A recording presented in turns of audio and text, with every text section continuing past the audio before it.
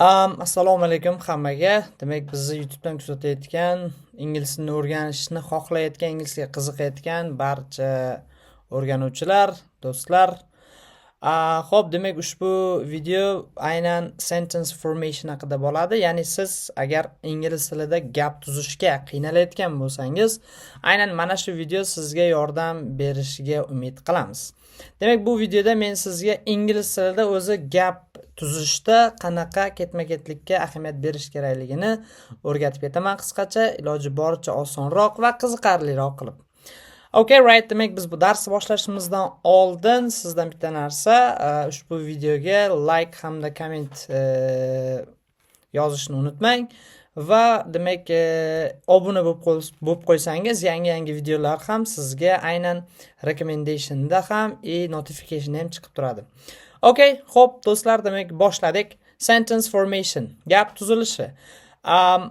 Ingliz tili hamda o'zbek tilini farqli tomonlari juda ham ko'p. Aynan mana shu farqlardan bittasi bu gap tuzilishida. Ya'ni o'zbek tilida siz gapda ega, to'ldiruvchi, aniqlovchi, hol, kesimni qayerga qo'yishingizdan qat'iy nazar gap ma'no anglataveradi. Nima demoqchi? Misol uchun, men har kuni do'stlarim bilan demak kinoga boraman desam. Demak, bu gapni kinoga men do'stlarim bilan har kuni boraman desam ham xuddi o'sha ma'noni anglatib turibdi. Xo'p, men boraman. Qarang, endi yana joyini o'zgartiramiz. Men boraman kinoga har kuni do'stlarim bilan desam ham o'sha gapni ma'nosi chiqib turibdi. Ya'ni hech qanaqangi gapni g'arizli, gapda noto'g'ri grammatika yo'q. Demak, o'zbek tilida gapni qanaqa qurilishini umuman farqi yo'q, to'g'rimi?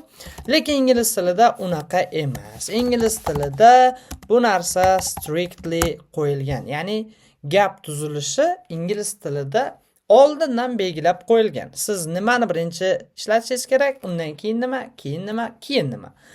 Xuddi shunaqa narsani, demak, hozir men sizlarga o'rgataman. Ingliz tilida biz birinchi egani aytamiz, ya'ni kim yoki nima o'sha ishni qilyapti. Misol uchun bu gapimizda men. Demak, birinchi ana shu egani yozar ekanmiz. Egadan keyin esa kesim deymiz. Ya'ni nima qildi, nima qilyapti yoki nima qilmoqchi u. Nima qiladi, nima qilmoqchi yoki nima qildi. Endi shu zamonga qarab moslashadi, lekin o'sha egani, ya'ni siz men dedingiz, o'sha men nima ish qilganini sразу ikkinchi o'rinda aytasiz. Uchinchi o'rinda demak biz to'ldiruvchi deymiz. Odatda to'ldiruvchi. To'ldiruvchi demak bu kimni yoki nimani degan savolga javob bo'lishi mumkin. Kimni yoki nimani yoki kimga, nimaga degan javob bo'lishi mumkin yoki kim bilan yoki nima bilan degan savollarga javob bo'lishi mumkin. 3-o'rinda to'ldiruvchi. 4-o'rinda ana endi biz birinchi o'rin joy holini aytamiz. O'rin joy hol. Xo'p, o'rin joy hol deganda bu qayerga yoki qayerda degan savolga javob bo'ladi. Va 5-o'rinda esa payt holi. Endi paytni aytamiz. Ya'ni qachon? Qaysi payt degan so'rovlar ana shu oxirida mana shu so'roqqa javob bo'ladigan gap esa demak bizda 5-o'rinda bo'ladi.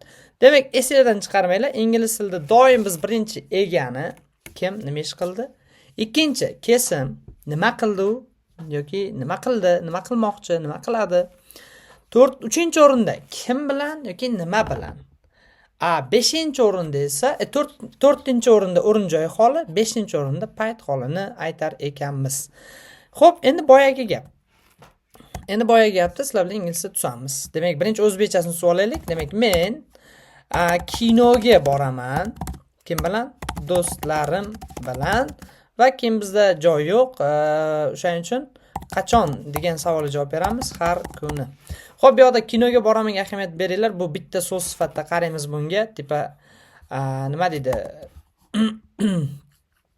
ikkovi bir-biriga bog'langan fe'l plus otli birikmalardan bittasi bo'lgani uchun uni birga yozib qo'yaman. Ya'ni go to the cinema birga ketadi. Xo'p, ana endi inglizchasiga ketadi. I go to the cinema. Men sinemaga boraman with my friends every day. Taxminan mana shunaqa bo'ladi ingliz tilida. Xo'p, o'zbek tilida. Tak, mana deymiz, o'tgan hafta demak Real Madrid Barselonani demak Santiago Bernabeuda demak yutdi, mag'lub etdi deylik, mag'lub etdi. Ana. Xo'p, ana endi bizni ko'rishingiz mumkin. Payt, joy bor, kim, nimani va nima qildi. O'sha biz hozir ko'rgan 5 ta narsa ham bor. Xo'p, birinchi o'rinda nima yoziladi? Ega. Kim? Real Madrid. Demak, mana birinchi ega. Va nima qildi? Mag'lub etdi. Mag'lub etma bu defeat degan so'z. O'tgan zamonda bo'lgani uchun biz bunga ed qo'shib qo'yamiz. Real Madrid defeated. Kimni mag'lub etdi? Barcelona va qayerda? At Santiago Bernabeu. At Santiago Bernabeu va o'tgan hafta last week, let's say. Last weekend desam bo'ladi, chunki o'tgan haftaning oxiri yakshanba kuni edi o'yin. Mana demak, ega, subject, sariq rang, defeated, kesim, nima qilgani, keyin nimani yoki kimni, Barcelona dedik, okay? Keyin qayerda, joy, let's give it this color, va keyin qachonligi, vaqt. Ana shu ketma-ketlikka demak biz qattiq amal qilamiz. Ingliz tilida qanaqa gap tushishingizdan qat'iy nazar sizda mana shu ketma-ketlik bo'lishi kerak. Mana formulani inglizchasiga yozib beraman sizga. Subject plus verb, ya'ni o'sha kesim plus object to'ldiruvchi degani, plus where, qayerda, plus when. Demak, qachon. Mana shunaqa tarzda demak ingliz tilida gap tuziladi. Xo'p, savol bo'ladi. Teacher deyshadi. Biz vaqtni, ya'ni mana bu whenni, mana bu yerda gapning oxirida kelayotgan whenni asli gapni boshiga ham qo'ysak bo'ladimi deyshadi. Da, bo'ladi.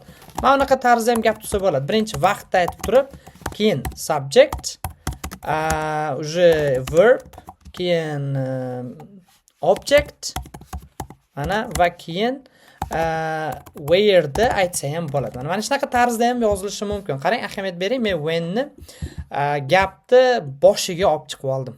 Ana. Shunaqa. Demak, har qanaqa zamon o'rganayotganingizda, har qanaqa darajada beginner bo'lasizmi, pre-intermediate, intermediate bo'lasizmi, esingizdan chiqarmang, ingliz tilida gapni oldindan belgilab qo'yilgan mana shunaqangi struktura formulasi bor. Agar siz bu formulaga amal qilmaydigan bo'lsangiz, unda gapingiz xato ketib qolishi mumkin bo'ladi, okay? Shuning uchun gapda xato qilmaslik uchun harakat qilinglar, mana shu formuladan chiqmasdan gapingizni tuzishga. Subject, verb, object, where, when. Xo'p, comment sectionida o'zingiz xohlagan o'zbekcha gapni ingliz tiliga o'girib yozib qo'ying. Men demak ko'raman va gapingiz to'g'ri yoki qanaqadir xatosi bo'lsa, mana shu yerda xato bo'lganligini sizga aytib, siz bilan birga ingliz tilini o'rganamiz. Okay? Right. Thank you. Rahmat. Videoga like hamda komment yozishni unutmadingiz degan umiddaman. Do'stlarga ham share qilib qo'yasiz, ularga ham foydali bo'lishi mumkin.